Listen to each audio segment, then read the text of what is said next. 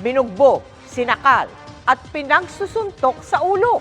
Yan ang ikinasawi ng isang bata na pinagbuhatan umano ng kamay ng kanyang ama nang dahil lang sa hindi pagsasauli ng sukli. Nakatutok si Marisol Abduraman. Sobrang sakit kasi gusto ko siyang mabuhay at makasurvive pero hindi niya kinaya. Bukod sa malambing, matalino, masayahin. Kaya sobrang masakit sa akin eh. Ganito ilarawan ng kanyang lola ang 7 taong gulang na si Catherine Joyce CJ Loren. Pero sa mga video at pictures na lang siya makikita ng mga nagmamahal sa kanya. Nito kasing August 26, nasawi si CJ habang nasa ospital. Kwento ng lola ni CJ, nagkalagnat ang bata noong August 18. Sa labis na pag-alala, dinala na sa kanyang bahay ang apo noong August 21 at doon sila nagdesisyon na dalhin na sa ospital ang bata. Ay nanginginig siya, nanggaganon na siya. Tapos po, hirap na hirap siyang huminga. Ibinahagi ni Margarita sa GMA Integrated News ang naging usapan nila ng apo noong araw na yun. Anong ginawa sa'yo ng papa mo? Binugbog ka ba?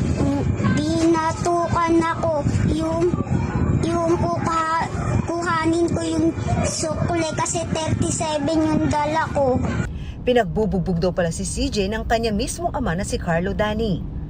Pinagbabatukan daw siya ng papa niya.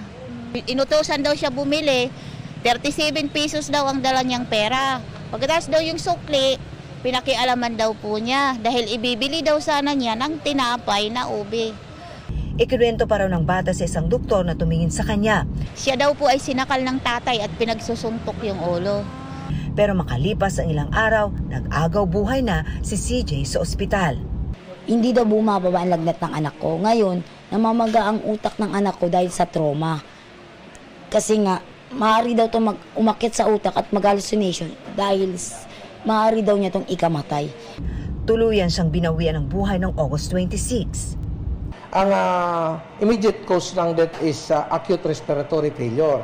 But other significant conditions contributory to death is multiple physical injuries. Sabi ng lola ng bata, matagal na raw sinabi sa kanya ng apo na sinasaktan sila ng kanilang ama. Nanay, ipakulong mo na po si Papa kasi salbahe siya. Sabi ko, bakit? Binubugbog niya kaming magkapatid. At saka si Mama. Kahit ako naman po sinasaktan din. Minsan naaabutan ko na sinasaktan niya yung bata. Nag-aaway kami dalawa. Siyempre ako bilang ina, pahayaan ko ba na masasaktan yung anak ko? Hindi na raw mahagilap ang ama ng bata na nag-iwan pa raw ng sulat kung saan nakasaad na hindi raw niya sinasadya ang kanyang ginawa. Ito po yung sulat kamay na na-recover natin doon sa bahay na pamilya. Anong bearing ng sulat na yan, Geraldine? Parang admission ito. Inihahanda ng reklamong parricide laban sa suspect na at large na ngayon. Makabubuti raw ayon si MPD na sumuko na siya sa mga otoridad. Para sa GMA Integrated News, Marisol Abduraman, nakatuto 24 oras.